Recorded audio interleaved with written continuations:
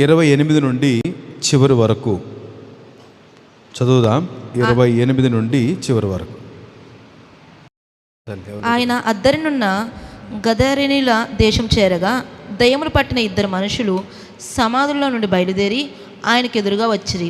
వారు మిగిల ఉగ్రులైనందున ఎవడునూ ఆ మార్గమును వెళ్ళలేకపోయాను. వారు, ఇదిగో దేవుని కుమారుడా, నీతో మాకేమి, కాలం రాకమునిపే మమ్మల్ని బాధించుటకు ఇక్కడికి వచ్చితివా అని కేకలు వేసిరి. వారికి దూరంన గొప్ప మేయుచుండగా ఆ దెయ్యములు, నీవు మమ్మల్ని వెళ్ళగొట్టిన ఎల్లా ఆ పందుల మందలోనికి పోనిమ్మని ఆయన వేడుకొనెను. ఆయన వాటిని పొమ్మనగా అవి ఆ మనుషులను వదిలిపెట్టి ఆ పందుల్లోనికి పోయెను. ఇదిగో ఆ మందంతయు ప్రప్రథం నుండి సముద్రంలోనికి వడిగా పరిగెత్తుకుని పోయి నేలలో పడిచచ్చెను. వాటిని మేపుచున్నవారు పారిపోయి పట్టణంలోనికి వెళ్ళి జరిగిన కార్యములన్నీ దెయ్యములు పట్టిన వారి సంగతియు తెలిపిరి. ఇదిగో ఆ పట్టణస్థులందరూ యేసుని ఎదుర్కొని వచ్చి ఆయనను చూచి తమ ప్రాంతం విడిచిపోమ్మని ఆయనను వేడుకొనిరి. ఆమేన్. Thank you. దేవునికి మహిమ కలుగును గాక. ఈ స్టోరీ అందరికీ తెలుసు కదండి, మనందరికీ తెలుసు. అందరికీ తెలుసు కదా? తెలుసా అండి? కొంతమంది ఇలాగంటున్నారు, నా ఉద్దేశం అంటే తెలుసు అన్నట్టేనా? రైట్. సో ఇక్కడ మనకు తెలిసిన స్టోరీకి ఇక్కడికి స్టోరీకి ఉన్న డిఫరెన్స్ ఏంటి? మనము ధ్యానం చేసి చాలాసార్లు, నా మటుకు నేనే చాలాసార్లు ఈ విషయాలు ధ్యానం చేశాను. అక్కడ గెదరేనీల ప్రాంతం లేకపోతే గెరాసేనుల దేశం, ఆ దేశము ఆ రాత్రి అంతా ప్రయాణం చేశారు ప్రభు. మనం చూసాం గత వారము ఆ ప్రయాణం ఎంత జటిలమైన ప్రయాణమో. సో ప్రయాణం చేసి నిద్ర లేదు, రాత్రి ఎవరికి నిద్ర లేదు. ఆయన పండుకుందామని అనుకుంటే ఆయనకి నిద్ర లేకుండా చేశారు. తుఫాను, చాలా హడావిడి. ఎట్టకేలకు వారు సముద్రపు దరికి వెళ్ళారు, అవతలకు వెళ్ళారు. వెళ్ళంగానే కాళ్ళు బయట పెట్టారు. అంతే. ఏం జరిగిందంట? అక్కడ 2 దయ్యం పట్టిన వారు 2 మహా ఉగ్రులై ఎదురొచ్చేశారు. మరి మనకి మిగతా సువార్తల్లో మార్కు సువార్త, లూకా సువార్తలు ఎంతమంది ఉంటారు? ఒక్క వ్యక్తే ఉంటాడు. ఇక్కడ 2 ఉన్నారు. ఏది కరెక్టు? 2 ఉన్నారా, ఒక్కళ్ళే ఉన్నారా? సేన అనే దయ్యం పట్టిన వారు 2రా, ఒక్కరా? దయ్యం పట్టిన వాళ్ళు ఎంతమంది? సేన అంటే చాలామందిలే. ఆ దయ్యం పట్టిన వాళ్ళు ఎంతమంది? ఇక్కడ ఈ గెరాసేనుల దేశము, ఈ సముద్రపు అద్దరిని, మత్తయి ఏమో 2 వచ్చినట్టుగా రాశారు. మిగతా మార్కు, లోకాలో ఒక్కడే ఉంటాడు. కారణం ఏంటి అంటే, నాకు పెద్ద కన్ఫ్యూజన్ ఇది, దీని గురించి స్టడీ చేయకముందు. తర్వాత విషయం ఏంటంటే, మత్తయి సువార్త ఎవరి కొరకు రాశాడు? యూదుల కొరకు రాశాడు. బైబిల్ కాలేజ్ స్టూడెంట్స్ తక్కువ చెప్పాలి. ఎవరి కొరకు రాశాడు? యూదుల కొరకు రాశాడు. యూదులకున్న కండిషన్ ఏంటంటే, ఎవరైనా విట్నెస్ ఇవ్వాలంటే ఎంతమంది విట్నెస్ ఇవ్వాలి? 2 ఉండాలి, కనీసం 2 ఉండాలి. కనుక మరి అందుకని ఒక్క వ్యక్తిని ఎక్స్ట్రా చేర్చాడంటారా? లేదు, అక్కడ 2 ఉన్నారు. కానీ మరి మార్కు సువార్త, లూకా సువార్తలు ఎందుకు ఒక్కరినే కోట్ చేశారంటే, ఈ ఒక్కడు మరీ అడ్వాన్స్ అయిపోయాడు. కనుక వీళ్ళకి ఆ ఒక్కనే తీసుకుని దాన్నే ఎక్స్ప్లెయిన్ చేశారు. మత్తయి మాత్రం నాకు 2 కావాలి, నేను 2 తీసుకుంటాను అనేసి ఆ 2 గురించి వివరణ ఇచ్చాడు. దేవునికి స్తోత్రం. కనుక పరిశుద్ధ గ్రంథం ఎప్పుడు ఒకదానికొకటి క్లాష్ కాదు, ఏమంటే కాంట్రవర్షియల్ కాదు. అది సత్యమే, ఇది సత్యమే. అది మాకు ఎప్పుడో ముందు నేర్పారు. పరిశుద్ధ గ్రంథం అంతా సత్యమే. దాని తప్పులు వెతకాలని చాలామంది బయలుదేరి, ఏమంటే ఈ వారంలో ఒక మాట విన్నాను, ఏమైనా సరే యేసు ప్రభు తిరిగి లేవలేదు అనేది రుజువు చేయటానికి ఒక ఆయన ముందుకు వచ్చాడట. చేసి నేను ఏమైనా సరే దీని గురించి స్టడీ చేయాలనేసి చాలా క్రెడిబిలిటీ, అంటే చాలా మంచి జర్నలిస్ట్ అనమాట. అయితే తీరా తన స్టడీ అంతా చేసి కొన్ని సంవత్సరాలు అనేక ప్రాంతాలు తిరిగి స్టడీ కంక్లూషన్కి ఎలా వచ్చిందంటే, ఆయన తిరిగి లేచాడనే వస్తుంది. అరే, నేను ఏదైతే రుజువు చేయాల్సింది ఏంటి, ఆయన తిరిగి లేవలేదని. కానీ ఎంత తల కొట్టుకున్నా ఆఖరికి సమ్మరి ఏమొస్తుందట, తిరిగి లేచాడనేసి. ఆయన చక్కటి బుక్ రాశాడని భక్తులు చెప్తున్నప్పుడు నేను ఆ బుక్ సంపాదించుతాం అనుకున్నాను. అమ్మో, చాలా ఖరీదు, 1800 అంట. అమ్మ, ఇప్పుడు అప్పుడే కాదు అనుకున్నాను నేను. కానీ అట్లాంటి పుస్తకాలు మన దగ్గర ఉండాలి. Right, okay. సో ఇక్కడ మనం గమనిస్తే సో మత్తయి ఇద్దరు గురించి రాశాడంటే ఇద్దరు ఉన్నారు అక్కడ. ఈ మూడు సందర్భాల్లో ఇద్దరు ఉన్నారు, అంటే ఆ సన్నివేశాలు ఇద్దరు ఉన్నారు. కానీ మార్కు లూకా మాత్రం ఎవరైతే అగ్రెసివ్గా వచ్చేసి యేసు ప్రభుతో అటాకింగ్లో ఉన్నాడో వారినే కోట్ చేశాడు మత్తయి లూకా. సో మార్కు లూకా. మత్తయి మాత్రం ఇద్దరిని తీసుకుని జస్ట్ కొట్టే తెచ్చేలాగా క్లియర్ చేసేసాడు. కానీ వివరణ మాత్రం ఎక్కువ వివరణ ఎవరిచ్చారు దీని గురించి? మార్కు సువార్తలో చాలా వివరంగా ఉంది. మనం గత సన్నివేశం కూడా సముద్ర ప్రయాణము వివరణ ఇచ్చింది ఎవరంటే మార్కు. చాలా చక్కగా ఎక్స్ప్లెయిన్ చేశాడు, దాన్ని మనం స్టడీ చేసాము. సో ఇక్కడ కూడా ఈ విషయాన్ని మనం ఎక్కడికి వెళ్దాము మరింత వివరంగా ఉండడానికి మార్కుకు వెళ్దాం. మార్కు సువార్త 5వ అధ్యాయము ప్రారంభం నుండి రైట్. దానికి ముందు ఆగుతల్లి, దానికి ముందు ఒక విషయాన్ని మనం గమనించాలి. సో మనం గత వారం ఎక్కడి నుంచి వచ్చాము? సముద్ర ప్రయాణం చేసి ఆ సముద్ర ప్రయాణంలో తుఫాన్ అణిచి అమ్మయ్య అనుకున్నాం కదండి. సో ప్రభు ఎందుకు దాన్ని అంత అనుమతించారు అంటే వెళ్ళబోయేది ఎక్కడికి? గెరాసేన్ల దేశముని అంటాను. బాగా దెయ్యాలు సమృద్ధిగా ఉన్న దేశం, దురాత్మ సమూహాలు సమృద్ధిగా ఉన్న దేశం. కనుక అక్కడికి వెళ్ళాలంటే ఈ హాఫ్ విశ్వాసంతో వెళ్ళకూడదు. ఎవరు? యేసుప్రభు కాదు, ఆయనతో ఉన్న శిష్యులు ఫుల్లీ స్ట్రెంథన్గా వెళ్ళాలి కదండి. ఇప్పుడు విశ్వాసం అటు ఇటుగా ఉన్న వాళ్ళు పరిచయం చేయడానికి వెళ్ళారనుకోండి, నేను అనుకుంటాను ఒకవేళ సముద్ర ప్రయాణం కనుక ప్రభు అలాగే నిద్రపోయి క్షేమంగా చేరిపోతే లేవు ప్రభు అనే లోపు వీళ్ళు అవతలకి వెళ్ళి ప్రభు లెక్క ముందే వాడు వచ్చేదురు. ఎవరు? గెరాసేనులోడు. వాళ్ళని చూసి ఒక్కసారిగా మళ్ళీ నావలో ఉరికి అదే పనిగా రిటర్న్ అవుతురేమో ఆ పరిస్థితి. కానీ ఏం జరిగిందంట, ఆ రాత్రి ప్రభు ఏం చేశాడంటే వీళ్ళు విశ్వాసానికి ఉన్న బూజు దులిపాడు కదండి. ఏమంటాడు? విశ్వాసం లేని వారు ఎంతకాలం మీతో ఉంటాను అని చాలా కోపడ్డాడు. ఇంకా ఈ మందమతులారు అంటాడు, ఎంతకాలం మీతో ఉంటాను, ఇంకా నమ్మిక ఉంచలేరా? అమ్మో ఈయన ఎవరో అనుకున్నారు. ఈయన ఎంత సమర్థుడో వాళ్ళకి అర్థమైంది. ఈ నోటి మాటకి సముద్రము గాలి అణిగిపోతున్నాయే, అమ్మో ఈ మనుషుడు లేకపోతే ఈయన ఎలాంటి వాడు అని ఆశ్చర్యంతోనే ఉన్నారు. ఈ ఆశ్చర్యంతో అవతలకు వెళ్ళారు. అవతలకు వెళ్ళంగానే జరిగిన సన్నివేశం ఏంటో మనం చదువుదాము. మార్కు సువార్త. ఈ స్టోరీ మనందరికీ తెలుసు కనుక ప్రభు ఏమైనా ఒక క్రొత్త విషయాలు ఏమైనా ఇస్తారేమో ఆశ ఎదురు చూద్దాం. నా మట్టుకు నేను పరిశుద్ధాత్మను అడుగుతూ కనిపెడుతున్నాను. ఎందుకంటే ఏ పరిశుద్ధ గ్రంథాలు ఏ మాటలు కూడా మనకు తెలుసు కదా అనుకోకూడదండి. నేను చాలాసార్లు ఒక టైంలో ఇలాగ మత్తయి సువార్త ఇది, లోకా సువార్త ఇది, మార్కు సువార్త ఇది ఇలాగ అనేసుకున్నాను. ప్రసంగానం వేస్ట్ అంటే అందులో వేస్ట్ అని ఉంటుంది ఎక్కువ అనుకునేవాడిని. తర్వాత ప్రభు నన్ను సరి చేసిన తర్వాత ఏ మాట చదివినా ఎలా చదవాలంట? అత్యంత భక్తి శ్రద్ధలు చదవాలి. ఎందుకంటే పరిశుద్ధ గ్రంథం ఉబికే బావి, ఓ వెల్ స్వింగ్ అప్ అనే మాట ఒకసారి నేర్చుకున్నాను నేను. ఏంటంట? బావి ఉబుకుము. ఇది ఏంటంట? బావి ఎంత తోడితే అంత దొరుకుతూనే ఉంటుంది. కనుక ఎప్పుడు దేవుని వాక్యాన్ని ధ్యానం చేస్తున్నప్పుడు మనకు తెలుసులా చెప్పు నీ సంగతి ఏంటి అని అనకూడదు, శ్రద్ధగానే వింటారు, ప్రయత్నం చేద్దాం. సో పరిశుద్ధాత్మ ఆయన క్రొత్త లోకంలోని క్రొత్త కోణలోంచి మనల్ని నడిపించగలుగుతాడు. ఆయనకే మహిమ కలుగును గాక. రైట్. సో ఇక్కడ చూస్తే వారు సముద్రమునకు అద్దరినున్న గెరాసేన్ల దేశమునకు వచ్చి ఆయన దోణి దిగగానే ఫస్ట్ ఎవరు దిగారు? ప్రభువే దిగాడు. ఆయన నిద్రపోతుంటే ఎవరు దిగేవారు? శిష్యులు దిగి ఉండేవారు. ప్రభు వచ్చేసాంలే ఒకసారి అంతే కదండి, బస్సు వచ్చేస్తుంది ఆగిపోతుంది, అందరు దిగిపోతుంటారు, మనం లిగిస్తూ ఉంటాం. అలా లేదు, ఆయన అలర్ట్గానే ఉంచారు కాబట్టి ఫస్ట్ హీ స్టెప్డ్ అవుట్. ఆయనే ఫస్ట్ అడుగు బయట పెట్టారు.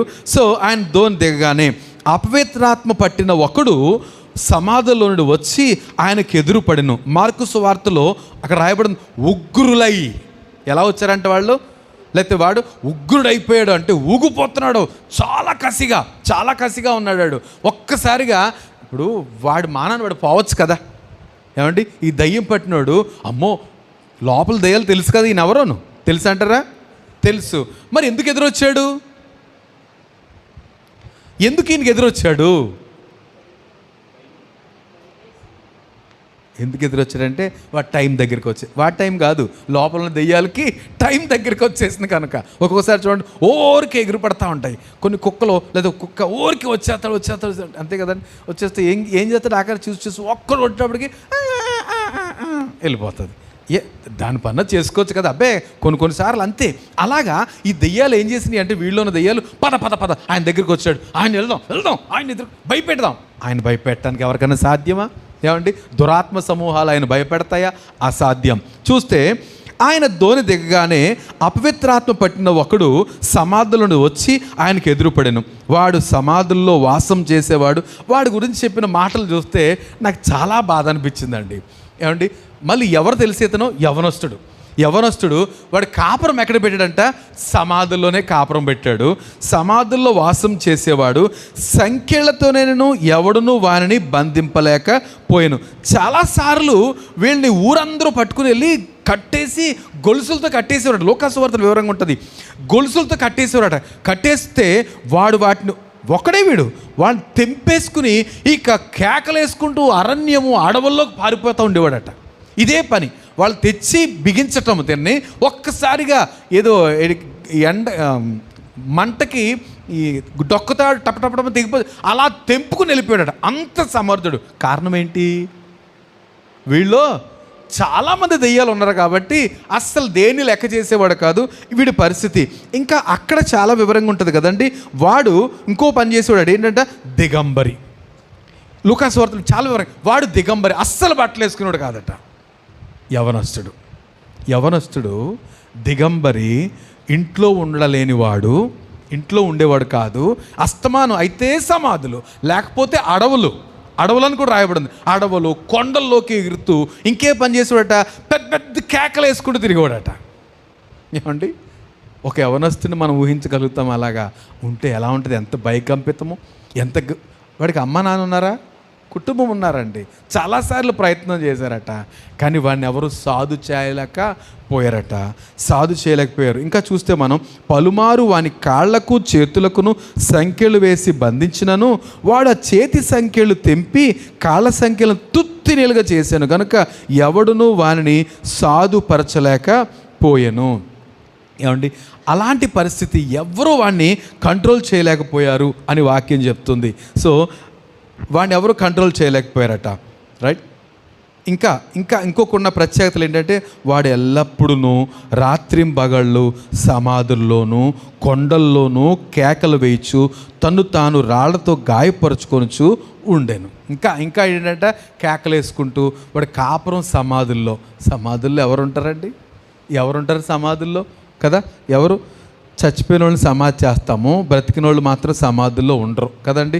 మనం సమాధి చేసి వచ్చేస్తాం, కనీసం వెనక్కి కూడా తిరగం కదండి. వెనక్కి తిరిగితే ఏమో అంటారు, వెనక్కి తిరిగి చూడకుండా వచ్చేయాలంటారు కదండి. మనకు లేదు కండిషను, కొంతమందికి ఉంది, మనకు ఆ కండిషన్ లేదు. అప్పుడప్పుడు వెళ్ళి పలకరిస్తాము కోర్సు. కానీ సమాధుల్ని కాపురం పెట్టాడు. సమాధుల్లో కాపురం పెట్టిన వ్యక్తి ఎవరైనా సమాధి చేయాల్సి వస్తే ఆ రోజు పెద్ద నరకం. వాళ్ళందరూ కలిసి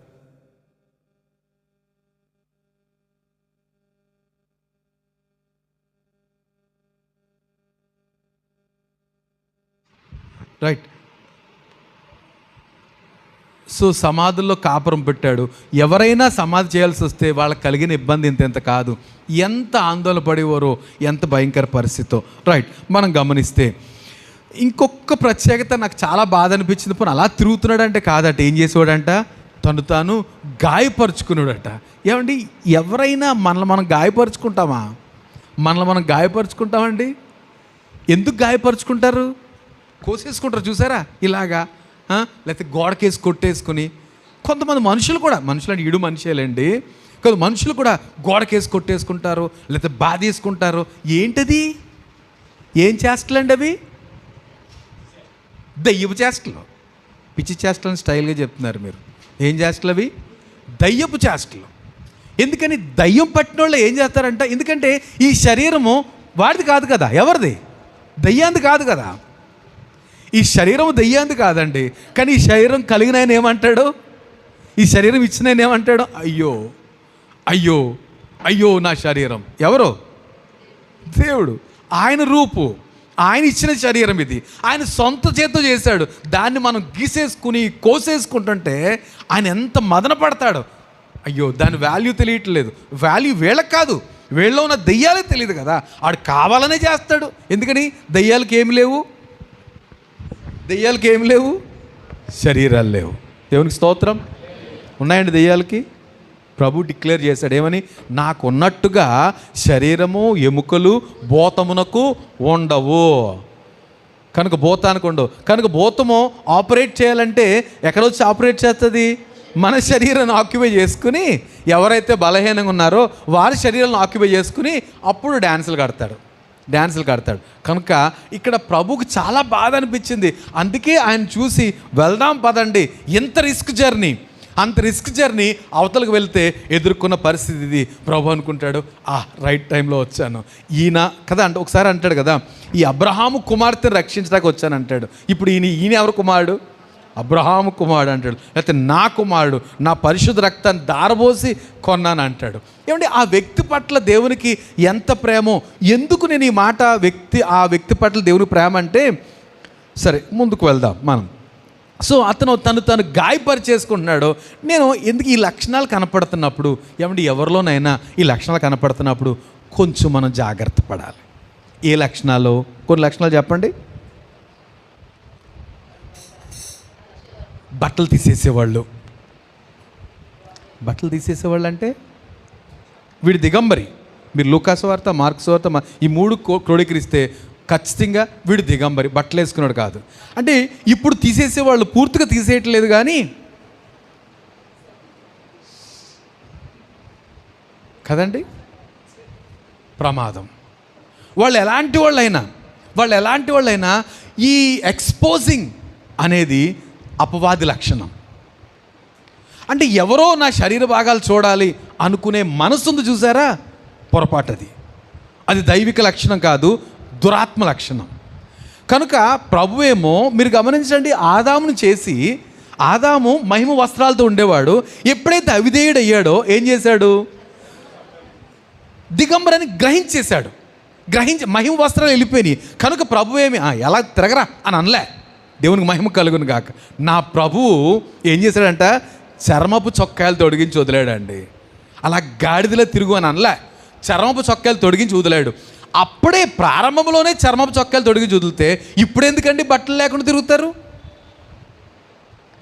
తిరుగుతారు కొంతమంది. పాపం మనకు మార్కెట్లో కనబడుతుంటారు పిచ్చోళ్ళు కదండి, దిగంబరి. వాళ్ళకి తెలియదు. కనుక మనం ఏమైనా చేతనైతే ఒక లాగ్ వేయడానికో లేక చెట్ట వేయడానికో ప్రయత్నం చేస్తున్నారు. ఎవరో ఒకళ్ళు పాపం వారిని ఆదుకుని వాళ్ళకి బట్టలు వేసుకుని అదే దాంతో అలా గడిపేస్తారు అంతే.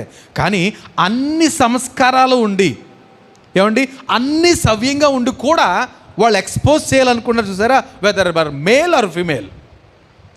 ఇది దైవిక లక్షణం కాదు, దురాత్మ లక్షణం. దయ్యం పట్టిన వాళ్ళు చేసే పని. ఒకటి దిగంబరత్వం. ఇంకా వాళ్ళు కాపరం ఉండేది పెట్టింది ఎక్కడ? ఇంట్లో ఉండరు. ఈ మాట చెప్దాం, ఎక్కడ ఉండరు వాళ్ళు? అస్సలు ఎలర్జీ ఇంట్లో ఉంటే. ఎప్పుడు వెళ్ళిపోదామా బయటికి, ఎప్పుడు వెళ్ళిపోదామా? అఫ్కోర్స్ పనుల మీద మనం బయటికి వెళ్ళలేదు, పొద్దున్న సాయంత్రం వరకు మనం బయట ఉండట్లేదండి. అది కాదు పని లేకుండా కూడా కదండి. సామెత గ్రంథంలో ఒక మాట ఉంటుంది, ఏంటంట? తన ఇల్లు విడిచి తిరుగువాడు గూడు విడిచి తిరుగు పక్షితో సమానుడు. అంటే మనం బయటికి వెళ్తే ఎందుకు వెళ్ళాలి? There is a purpose. ఏమండి ఫుల్ టైంపాస్గా బయటికి వెళ్ళడానికి అంత టైంపాస్ ఎక్కడదండి? నిజంగానే మేము సతమతం అయిపోతున్నాం కదా, కొంచెం టైం ఉంటే కాసేపు పడుకోవచ్చు, కొంచెం రిలాక్స్ అవ్వచ్చు అని ఎన్నిసార్లు అనుకుంటున్నాము, దొరకదే. మరి కొంతమంది పనిగట్టుకుని రైట్, ఇది దైవిక లక్షణం కాదంటాను. ఇంకా వాడు తర్వాత ఈ ఒంటి నిండా గాయాలు చేసుకుంటారు కొంతమంది, ఉత్సాహం ఎక్కువయ్యి వాళ్ళ గొంతెలం కోరికలు తీరక ఏం చేసుకుంటారంట? గాయాలు చేసుకుంటారు. ఈ శరీరం మంద కాదు, రైట్? మనం అర్థం చేసుకోవాలి, ప్రభువు అనుగ్రహించిన శరీరం ఇది. కనుక చాలా జాగ్రత్త కదండి. తను తాను ప్రేమించుకునేవాడు అన్నాడు. ప్రభు లింక్ పెట్టాడు, నిన్ను వలే నీ పొరుగు వారిని ప్రేమించు. మొదట మనం ఏం చేయాలి? మనల్ని మనం ప్రేమించుకోవాలి. మనల్ని మనం ప్రేమించుకుంటే చాలా పనులు మానేస్తామండి కదండి. మనం ప్రేమించుకుంటే ఏం చేస్తాం? ఈ శరీరానికి నష్టం కలిగే పని ఏది చెయ్యం. అలాగే శరీరానికి గాయం చేసే పని కూడా ఎవడిచ్చాడు నీకు అధికారం కదండి? నేను శరీరం వేసి కొట్టేసుకుంటాను, లేకపోతే గీసేసుకుంటాను, కోసేసుకుంటాను, ఎవడిచ్చాడు నీకు అధికారం? ఇది ప్రభు తన కృప చొప్పున అనుగ్రహించిన ఈ శరీరం. చాలా జాగ్రత్తగా చూసుకోవాలండి. అప్పుడు మనం ఇతరులను కూడా ఆ విధంగా ప్రేమించాలి.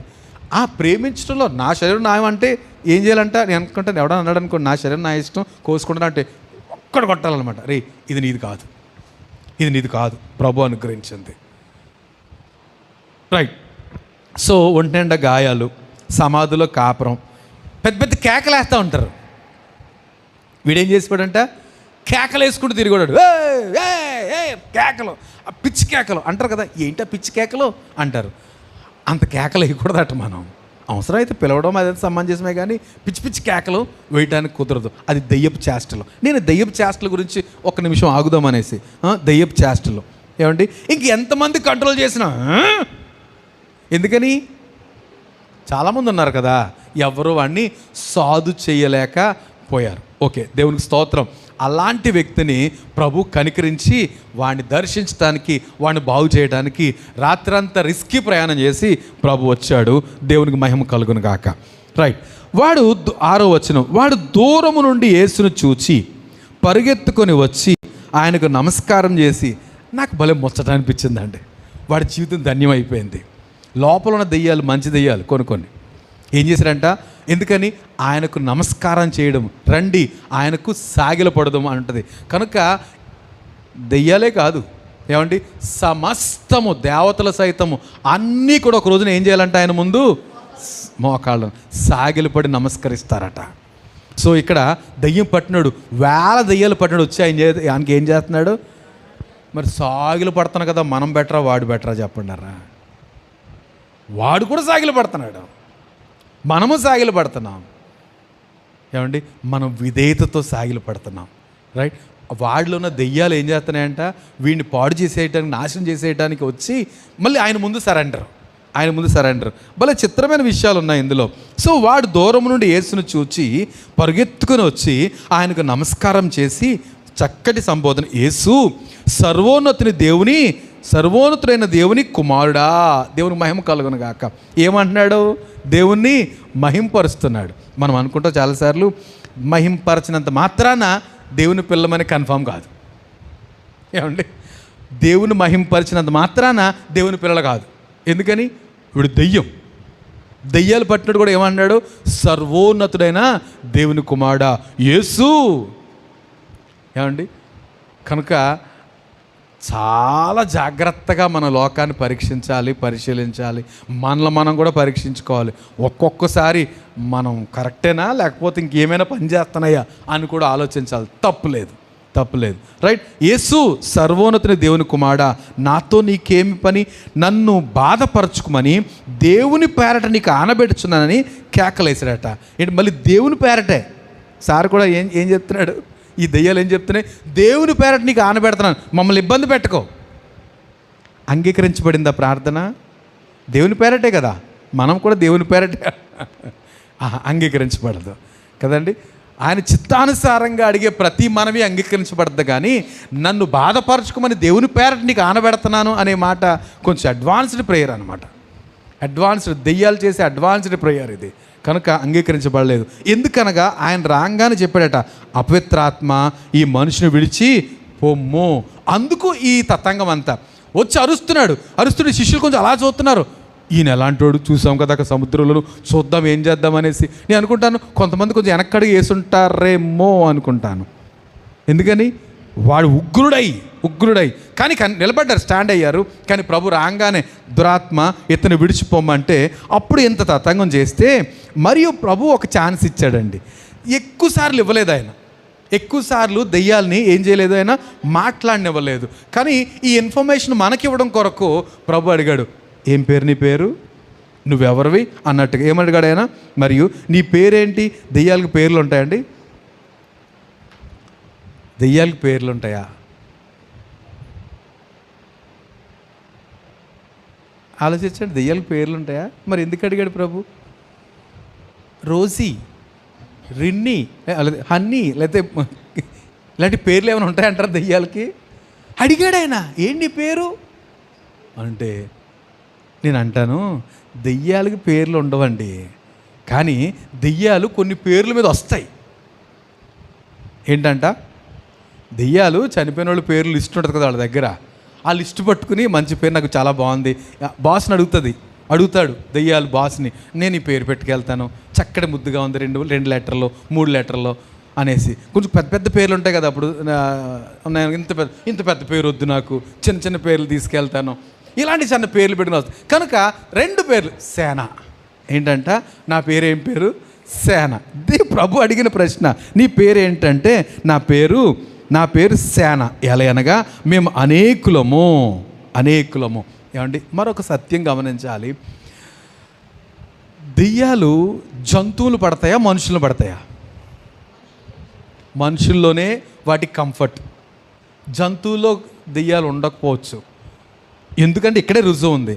పోనీ కదా, మనుషుల్లోనే కంఫర్ట్గా ఉంటాయి దెయ్యాలు. ఎందుకని? మనుషుల్లో ఎవరు ఉండగలిగిన చోటు ఉంది? దేవుడు ఉండగలిగిన చోటు ఉంది. కనుక దేవుడు ఉండగలిగిన చోటులో దేవుడు లేడు అనుకోండి, అప్పుడు ఎవరు వచ్చి ఉంటారు? చాలా కంఫర్ట్గా, వెరీ గుడ్, థ్యాంక్ యూ అక్క, థ్యాంక్ యూ అన్నయ్య. ఎవరిని? మనల్ని. ఎంత చక్కగా ఉంచారు కదా. దెయ్యం విడిచిపోయి నది ఒడ్డును తిరుగుతూ మనం విడిచి వచ్చింది ఎలా ఉంటుందో అని చూడటానికి వస్తుందట. వచ్చినప్పుడు ఆ ఇల్లు తుడిచి, ఇంకో మాట కూడా ఉంటుంది అక్కడ, ముగ్గు ఉంటుందా, చక్కగా అలికి శుభ్రం చేసినట్టు ఉండటం చూసి, అరే మళ్ళీ వెళ్ళి, ఇగో నేను వెళ్ళొచ్చిన ఇల్లు చాలా బాగుంది, చక్కగా, అందులో ఆయన లేడు, దేవునికి స్తోత్రం అవి అనుకుంటాయి. ఏమనుకుంటాయి? ఆయన లేడు, ఇంకాను అలికారు కానీ, శుభ్రం చేశారు కానీ ఆయన ఇంకా రాలేదు, కనుక వచ్చేయండి, వచ్చి తీసుకొచ్చేతేట. భయంకరమైన 7 దెయ్యాలని దొరికింది అది. ఓకే వద్దులే 7. అందుకని అక్కడ ఇంకో మాట నాకు అవసరం, అందుకని ఒకవేళ అనుకున్నాను. రైట్. సో 7 చెడ్డ దెయ్యాలు పెట్టేస్తాట. కనుక మనిషి హృదయము దయ్యాలకు కూడా ఎంతో కంఫర్ట్ అండి, ఎంతో కంఫర్ట్. మరి జంతువుల్లో ఉండలేవు, చిరాకు వాటికి, చిచి జంతువుల్లో ఎందుకని? దయ్యాలకి ఎప్పుడు టార్గెట్ ఏంటంటే మనిషిలా ఉండాలని, మనిషిలాగా దేవుని శాసించాలని, దేవుని కార్యాలను చెడగొట్టాలని. ఎన్ని ప్రయత్నాలు ఎవరి వల్ల సాధ్యమవుతాయి? మనుషుల వల్లే సాధ్యమవుతాయి, అంతే కదండి. దేవుని ఎదిరించాలన్నా, దేవుని కార్యాలు చెడగొట్టాలన్నా, గందరగోళం చేయాలన్నా, న్యూసెన్స్ చేయాలన్నా, ఇక్కడ కంపు రేపాలన్నా ఎవరు చేయగలుగుతారు? మనుషులే చేయగలుగుతారు. కనుక మనుషులే చూస్ చేసుకున్నాడు అపవాది, రైట్. ఇక్కడ జరిగింది ఏంటంట, ఇప్పుడు దెయ్యము ప్రార్థిస్తుంది ఏమని? తమ్మును ఈ దేశంలో నుండి తోలివేయవద్దని ఆయన మిగుల బ్రతిమాలుతున్నాడు. ఏంటంట, తమ్ముని దేశంలోంచి తోలివేయద్దు. ఇది చాలా కంఫర్ట్. ఏ దేశం?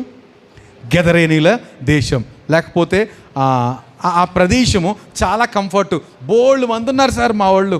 ఇక్కడ ఇంకొకటి ఉన్నాడు, వెనకాల ఉన్నాడు, ఆల్రెడీ 2వ ఉన్నాడు కదా, ఇంకా చాలామంది ఉన్నారు. చాలా కంఫర్ట్గా ఉంటుంది, మమ్మల్ని వెళ్ళనివద్దు, చాలా కంఫర్ట్గా ఉంటుంది. అంటే ప్రభు ఎంటర్ అయిన తర్వాత ఇక అపవాది యొక్క రిక్వెస్ట్లు పనికిరావు. దేవునికి స్తోత్రం కలుగును గాక. రైట్. ఆయన ఎంటర్ అయితే ఇక ఆ రిక్వెస్ట్లు పనికిరావు. కనుక అక్కడ మళ్ళీ ఇంకా ప్రభు చాయిస్ ఇవ్వలేదు, అవి అడుగుతున్నాయి. ఏమని? అక్కడ కొండ దగ్గర పందుల పెద్ద మంద మేయిచుండెను, కనుక ఆ పందులలో ప్రవేశించినట్లు మమ్మును వాటి యొద్దకు పంపుమని ఆ దయ్యములు ఆయనను బ్రతిమాలుకొనెను. నాకు ఇక్కడ కూడా కొంచెం అర్థం కాలేదంటే మాత్రం మీకు క్లారిటీ ఇస్తున్నానని కాదు, కానీ నాకు వచ్చిన సందేహం, వీళ్ళలో రావడానికి ఎవరైనా పర్మిషన్ అడిగాయా దెయ్యాలు? ఇప్పుడు ఈ మనిషిని పట్టడానికి ఎవరు పర్మిషన్ తీసుకొచ్చాయి? ఇప్పుడు వెళ్ళడానికి అడుగుతున్నాయి పర్మిషను. ఎక్కడికి వెళ్ళడానికి? ఆ పందులోకి వెళ్ళడానికి పర్మిషన్ ఇవ్వని బ్రతిమలాడుతున్నాయంట. ఎందుకంటారు? అంటే ఎక్కడ పడితే అక్కడికి వెళ్తారు అంటే ప్రభువు రాకముందు వాళ్ళ ఇష్టం, ఇక్కడ గంతులేయచ్చు, అక్కడ గంతులేయచ్చు. కానీ ఆయన వచ్చిన తర్వాత ఎక్కడికి వెళ్ళాలన్నా అది ఆయన అనుమతి కావాలి. దేవునికి స్తోత్రం కలుగును గాక. నాకు అలాగే అనిపించింది. అంటే ప్రభు అనుమతితోటే మేము వెళ్తాము, మమ్మల్ని తోలేద్దన్నారు, కుదరదు అన్నాడు ఆయన. సరే వెళ్తాం. కొంచెం పందులోకి వెళ్ళటం పర్మిషన్ ఇస్తావా? పందులోకి వెళ్ళడానికి ప్రభు పర్మిషన్ కావాలి, మనుషుల్లో రావడానికి ఎందుకని వెళ్ళవు? ఎప్పుడు పందుల్లోకి వెళ్ళవు, జంతువుల్లోకి వెళ్ళవు అనమాట. జంతువుల్లోకి ఉండలేవు కూడాను. కానీ మనిషిలో మాత్రం ఎన్ని వేల దెయ్యాలైనా చక్కగా కూల్గా ఉండగలుగుతాయి. అందులో అన్ని దెయ్యాలు ఒక్కొక్క మంచి దెయ్యం ఉంటుంది. ఆ మంచి దెయ్యం వచ్చి ఏం చేసింది? ప్రభు ముందు సాగిలి పడింది. కొన్ని పనికిమాల దెయ్యాలు బట్టలు చింపేసుకో, బట్ట ఉంచుకు, అసలు నూలు పోగొట్టకూడదు, ఇంకో దాన్ని వేసి గుద్దుకో. ఒక్కొక్క దెయ్యం ఒక రకం. కొన్ని మంచి దయ్యాలు ఉన్నాయండి, మీకు తెలుసా? మంచి దయ్యాలు ఉన్నాయి. ఏదైనా మనకు ఎందుకులే కానీ ఉన్నాయి ఇందులో, అందుకే సాగిలు పడింది అలాంటి దయ్యమా. కనుక ఇప్పుడు ఆ దయ్యాలు అడిగే ప్రశ్న రిక్వెస్ట్ ఏంటంటే, అయ్యయ్యా కొంచెం పందులోకి వెళ్ళటానికి పర్మిషన్ ఇవ్వండి. సో ప్రభువు పర్మిషన్ ఇచ్చారట. గ్రాంటెడ్ అనగానే ఒక్కసారిగా అవన్నీ కూడా పందుల్లోకి వెళ్తే పందులు చక్కగా డ్యాన్స్లు వేసేయాలి కదా, ఎంజాయ్ చేయాలి కదా. ఎందుకని? దెయ్యాలు జంతువుల్లో నివసించలేవు. కనుక మనకు జంతువులు భయం ఏమీ లేదండి. భయం అంతా ఎవరితోటి? మనుషుల్లోనే పట్టొచ్చు దెయ్యాలు. ఒకటి కాదు, రెండు కాదు, వేలు దెయ్యాలు కూడా ఒక మనిషిలో పట్టొచ్చు. కనుక బహు జాగ్రత్తగా మనిషిని డీల్ చేయాలి. జంతువుల విషయంలో భయపడాల్సిన అవసరం లేదు. వాటిలో దెయ్యాలు ఉండే ప్రసక్తి లేదు. పాపం ఆ వాటిలోకి వెళ్ళి ఒక 2,000 దెయ్యాలు, సుమారుగా 2,000 పందులు ఈ దెయ్యాలు పడేటప్పటికి ఒక్కసారిగా సముద్రంలోకి వెళ్ళి పడి చచ్చిపోయినాయి. ఇప్పుడు ప్రభు యొక్క మనసు మనం గమనిద్దాం. 2,000 దెయ్యాలు చచ్చిపోయినాయి కదా, ఇక్కడేం వీడు బాగుపడాడు కదా. ప్రభువుకి ఎవరంటే ఎక్కువ శ్రద్ధ కదండి? ప్రభువుకి ఆ ఒక్క మనిషి అంటే చాలా విలువ. ఎందుకని? ఒకవేళ ఆ ఒక్క మనిషే ఉండి లోకంలో ఎవ్వరూ లేకపోయినా ఆ ఒక్క మనిషి కొరకు కూడా లోకానికి ప్రభు వచ్చుండేవాడట. ఆ మాట భక్తులు చెప్తున్నప్పుడు చాలాసార్లు అర్థమయ్యేది కాదు నాకు. ఏంటంట, ఒక్కడే మనిషి ఉండి ఆ మనిషి పాపాలు రక్షించడానికి యేసుప్రభు లోకానికి వచ్చుండేవాడట. కనుక ఆ ఒక్కడే నేను, ఆ ఒక్కలమే మనము, ఆ ఒక్కలే ఆ సేన అనే దెయ్యం పట్టిన ఆ వ్యక్తి. అతని కొరకు మనం గమనిస్తే ఆ రాత్రంతా ప్రయాణం చేసి సముద్రం దాటాడు. నాకు ఇక్కడ చాలా ఎన్నిసార్లు ప్రభుని స్తుతించానంటే, ఎంత శ్రద్ధ ప్రభువా నీకు. ఎంతమంది పట్ల? ఒక్కరి పట్ల కూడా అంత శ్రద్ధ తీసుకుని రాత్రంతా ప్రయాణం చేశాడంటే మనం ఎందుకు ప్రభుని నెగ్లెక్ట్ చేస్తాం నాకు అర్థం కాదు. ఏమండి, ఆయన సమూహాలకు దేవుడు కాదట, ఒంటరి వ్యక్తిని కూడా, ఒంటరి బ్రతుకును కూడా దేవుడు మనల్ని ఆదరించగలిగిన దేవుడు. అందుకే నశించిన దాన్ని వెదకి రక్షించడానికి ప్రభు ఈ లోకానికి వచ్చాడట. ఏమండి, ఎవరికి పనికి ఇంకా వదిలేశారు, ప్రయత్నాలని చేశారు. ఇక మనకు లేడు అనుకుందాంరా, ఏమని ఉంటారు? మనకు లేడురా, ఆ కొడుకు పుట్టాడు కానీ లేడు అనుకుందాం, చచ్చిపోయాడు అనుకుందాం అనేసి వదిలేశారు.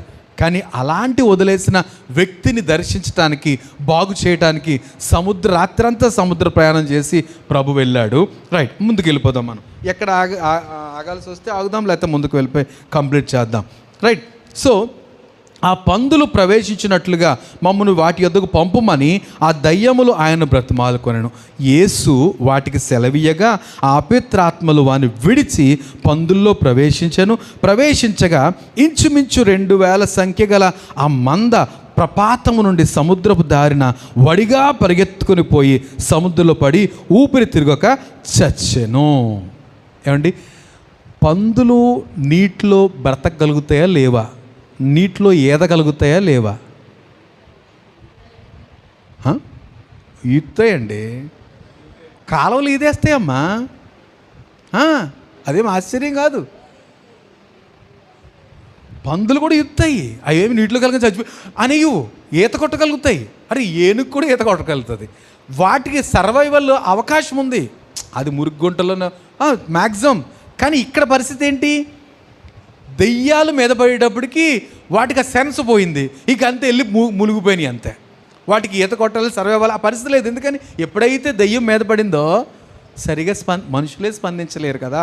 అస్సలు కంఫర్ట్గా లేని ఆ జంతువులు మరింతగా చచ్చిపోయినాయి. సో 2,000 దెయ్యాలు చచ్చిపోయినాయి. జనులు ఇక్కడ సంగతి చూద్దాం.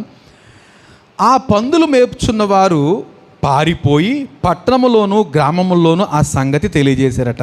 ఆ 2,000 పందులంటే మరి ఎంతమంది కాపర్లు ఉన్నారో ఆ ఓనర్స్, వాళ్ళందరూ గ్రామాలకి పట్టణాలకి పరుగులు వెళ్ళిపోయారు. రే, మన పందులన్నీ చచ్చిపోయినాయిరా, మన పందులు ఎందుకు చచ్చిపోయినాయి అంటే మొత్తం సీన్ చెప్తున్నారు. ఇది జరిగిన పరిస్థితి. సో తెలియజేసారు. జనులు జరిగినది చూడవెళ్ళి, చాలా జాగ్రత్తగా జనులు జరిగినది చూడవెళ్ళి యేసునొద్దకు వచ్చి సేన అను దయ్యములు పట్టినవాడు బట్టలు ధరించుకొని స్వస్థచిత్తుడై కూర్చుని చూచి సంతోషించిరి.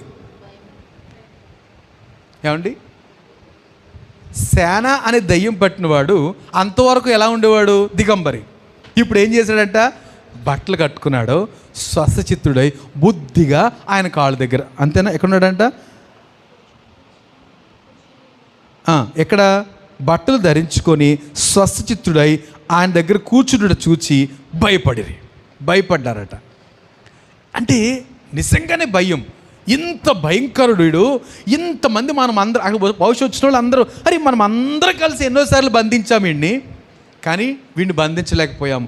ఎన్నిసార్లు కట్టేసినా తెంచుకుని వచ్చేసాడు కదా. వీడు ఎక్కడ కట్లు ఉన్నాయా? కట్లు లేవు, ఏమీ లేవు. చక్కగా బుద్ధిగా బట్టలు వేసుకొని ప్రభు పాదాల దగ్గర కూర్చున్నాడు. నేను అనుకున్నాను ఇందాక కళ్ళు మూసుకుని ఆరాధన చేసేటప్పుడు, ఇదంతా జరిగిన తర్వాత మరి చక్కగా బట్టలు ఎవరిచ్చారో తెలియదు. అంటే వీళ్ళు ఎప్పుడు లాంగ్ జర్నీ చేసేవారు కదా, ఎక్కడ పడితే అక్కడ ఉండిపోవాలి కనుక వీళ్ళ దగ్గర బట్టల బ్యాగ్లు ఏమైనా ఉన్నాయేమో కనుక ఎవరో మంచి డ్రెస్ ఇచ్చారండి. బహుశా ప్రభు దగ్గర ఉందో, డ్రెస్ వేసుకుని ప్రభు దగ్గర కూర్చున్నాడు. ఆయన ఇలాగ అంటున్నాడు, ఏమంటున్నాడు? తల నిమురుతూ. వీడు స్నానం చేసి ఎంతకాలం అయిందో, అంతవరకు ఒళ్ళంతా గాయాలు, స్నానాలు లేవు, పానాలు లేవు. కానీ ప్రభు దర్శిస్తే ఏమైపోద్దంట కదండి, ఆ పాదమస్తకం శుభ్రం అయిపోతుంది. ప్రభు వాడి తలని ఇలాగ అంటున్నాడేమో అనిపించింది నాకు. వాడి జీవితం ధన్యమైపోయింది. ఎంత సంతోషమో. వీడు చూసి ఎంత బుద్ధిగా కూర్చున్న దాన్ని చూసి వాళ్ళందరూ కూడా భయపడ్డారు. భయపడిన సంగతి సంతోషమే, ఎందుకంటే ఈ భయంకర పరిస్థితి చక్కగా ముద్దు కూర్చున్నాడు అనేసి భయపడ్డారు. అయితే తర్వాత జరిగిన సంగతి ఏంటంటే, భయపడిరి. జరిగినది చూచిన వారు దయ్యములు పట్టిన వానికి కలిగిన స్థితియు పందుల సంగతియు ఊరి వారికి తెలియచేయగా, ఏమండి ఈ విషయాలన్నీ మళ్ళీ ఊరోళ్ళు అందరూ చెప్పారు. వాడు సెట్ అయిపోయాడు, వాడు కూర్చున్నాడు, పందులు మాత్రం చచ్చిపోయినాయి, మనిషి ఏమో బ్రతికాడు, పందులు మాత్రం చచ్చిపోయి అని ఊరందరూ తెలియజేస్తే ఊరందరూ వచ్చి చక్కగా రెడ్ కార్పెట్ వేసి ఫుల్ బ్యాండ్ పెట్టి డప్పులతోటి, రండి మా దేశంలో చాలా దెయ్యాలు పట్టిన వాళ్ళు ఉన్నారు, రెచ్చిపోతున్నారు, ఎవరిని మేము కంట్రోల్ చేయలేకపోతున్నాం, మీరేంటో మీ మాటకి ఆడు వేల దెయ్యాలు పట్టినాడు బుద్ధి కూర్చున్నాడు, రండి ప్రభువా అని తీసుకెళ్తారేమో ఊరేగింపుగాను అనుకున్నాను నేను. వాళ్ళు ఏం చేశారంట, తమ ప్రాంతములు విడిచి వెళ్ళమని ఆయన బ్రతిమాలుకున్నారట. అన్నారా? వాళ్ళు ఆయనను బ్రతిమాలు కొనసాగిరి, తమ ప్రాంతములు విడిచిపోమ్మని. ఎందుకని? మనిషి బాగుపడినందుకు కాదు, వాళ్ళు వెళ్ళిపోమంటుంది. ఎందుకని? పందులు చచ్చిపోయినాయండే, వాళ్ళ జీవనోపాధి పోయింది, పందులు చచ్చిపోయినాయండే, ఎలాగొస్తా లోపలికి? ఆ ఊర్లో అంతా ఇలా ఇంకొక మాట అంత కరెక్ట్ కాదు, కానీ అంటే వాళ్ళ జీవనోపాధి పోయిందని. జీవనోపాధి పోయినా ఒక వ్యక్తి రక్షణ పొందాడు అనే సంతోషం వాళ్ళలో లేదు. ఇలాంటి వాళ్ళు బోల్డ్ మంది ఉన్నారు మా ఊర్లో, ఇవి ఒక్కడు బాగుపడి సరిపోద్దేంటి. కానీ ప్రభువుకు మాత్రం వాడు చాలా విలువైనవాడు. దేవుని మహిమ కలుగును గాక. ప్రభు దగ్గర జంతువులు, మనిషి, జంతువులు వేల జంతువులు ఉన్నా ఒక్క మనిషి పట్ల అత్యంత శ్రద్ధ చూపించేది ప్రభు. మనుషులు ఎలాంటి వాళ్ళు అంట, ఈ మనుషులు నశించిపోతున్నా పర్లేదు, జంతువులు సేఫ్గా ఉన్నాయా లేదా, జంతువులకు ప్రాధాన్యత ఇచ్చామా లేదా, ఈ అవసరమైతే జంతువులు కూడా మనుషులు చంపేద్దాం అనుకుంటారు. ప్రభు ఏమో ఈ మనిషిని రక్షించడానికి జంతువులు చచ్చిపోయినా పర్లేదు అంటాడు. ఏమండి? ఎందుకని? జంతువులు తయారు చేసిన తీరు ఏంటంటే కలుగుగాక, వాటికి ఆత్మ లేదు. ఏమండి? మనమేం జంతువులకు వ్యతిరేకులం కాదు, మాకు పిల్లులు ఉన్నాయి, పెంచుకుంటున్నాం మేము. ఏమండి? అలాగే మీరు కుక్కలు ఉన్నాయి, కోళ్ళు ఉన్నాయి, ఆవులు ఉన్నాయి, ఇవన్నీ పెంచుకుంటున్నాం మనము జంతు ప్రేమికులమే. కానీ when we compare this both, మనిషిని జంతువులు కంపేర్ చేసేటప్పుడు ఎవరికి ప్రథమ స్థానం ఇస్తున్నాము?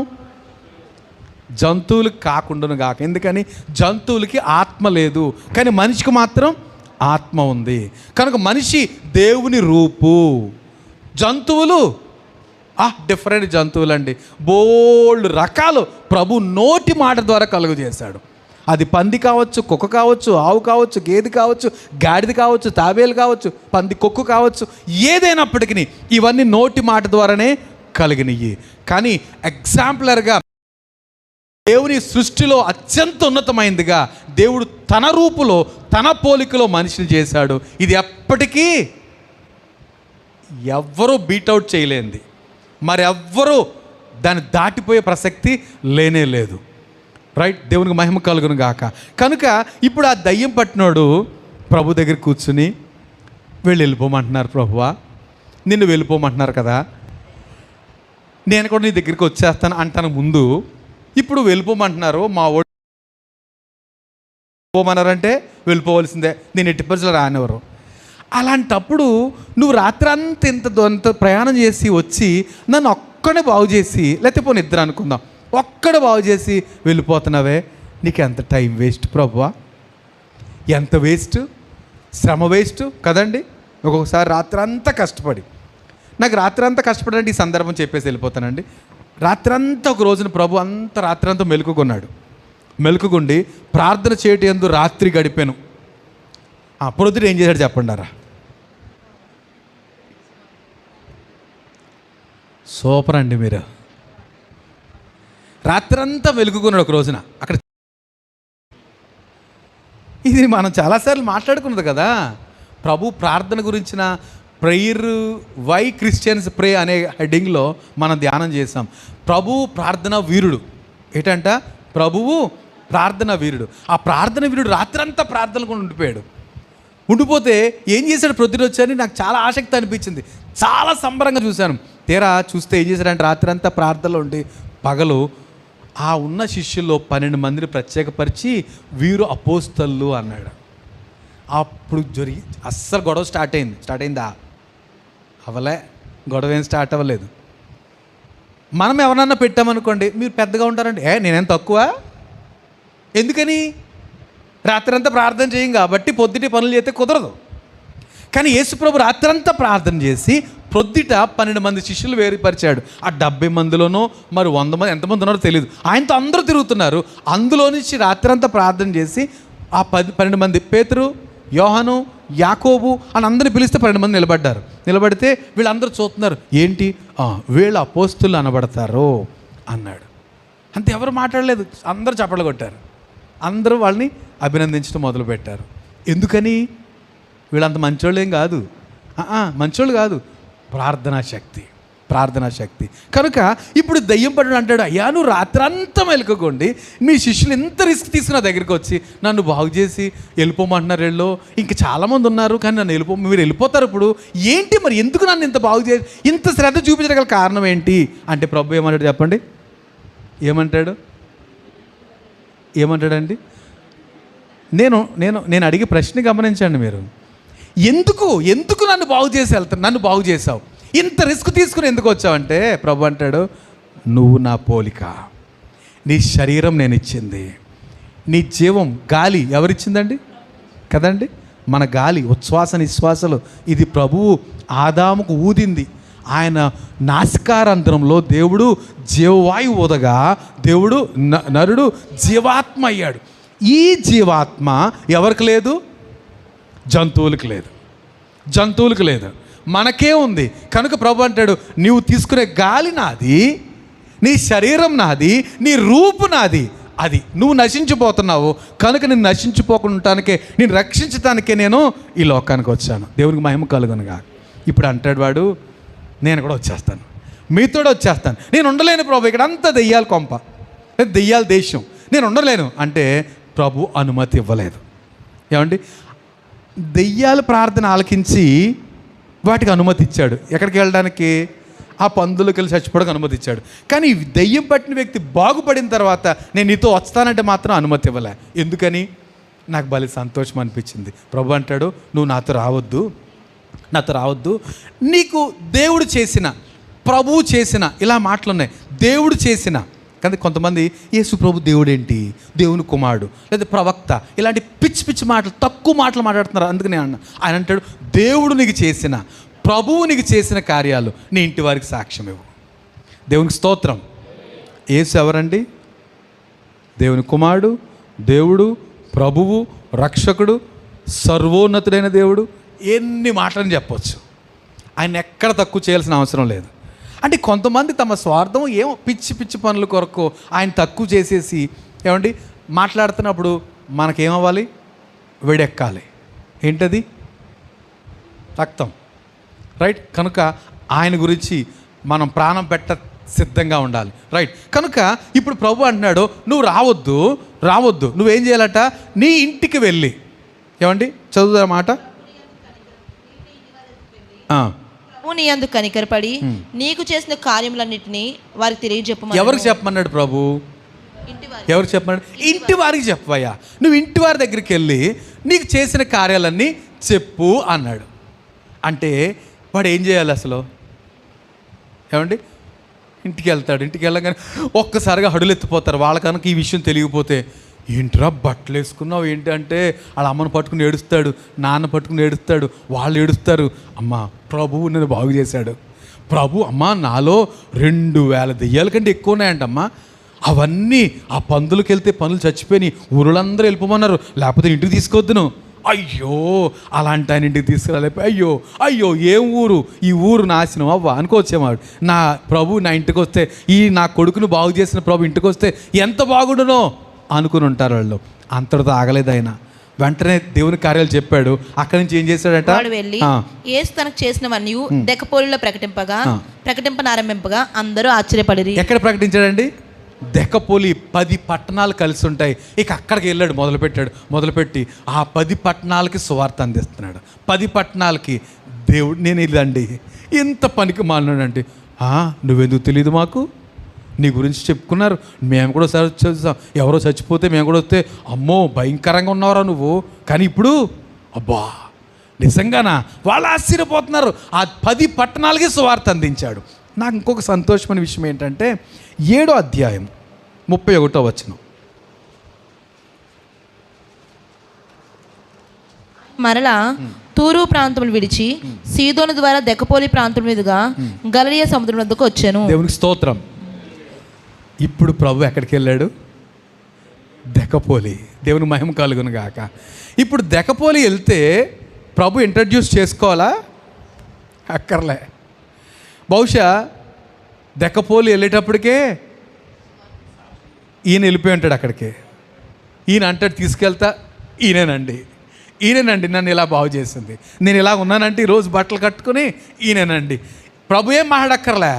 ఆ 10 పట్టణాలకి సువార్త ఆల్రెడీ అందించేశాడు, ఈ గొప్ప కార్యాలు చెప్పేశాడు. ఇప్పుడు ఇంకా అక్కడ చేస్తే ఎన్నో అద్భుతాలు చేశాడట ప్రభు. ఆ దారిలో ఆ దెకపోలి ప్రాంతం గుండా వస్తూ ఆయన ఎక్కడికి వెళ్తాడు అద్భుతమే. ఏమండి, ఇంకొక మనము మత్తయి సువార్త కూడా 4వ అధ్యాయంలో ఒక లంసంగా రాసేసాడు. మత్తయి సువార్తలో 4వ అధ్యాయము 25వ వచనం చదివితే, 4:25 చివరి వచనం, గలిలయ, దెకపోలి, యెరూషలేము, యోదయను ప్రదేశం నుండి యొర్దానుకు అవతల నుండి బహుజన సమూహములు ఆయనను వెంబడించాను. ఎందుకంటే పైన చూస్తే 24వ వచనం, ఆయన కీర్తి సిరియా దేశం అంతటా వ్యాపించాను.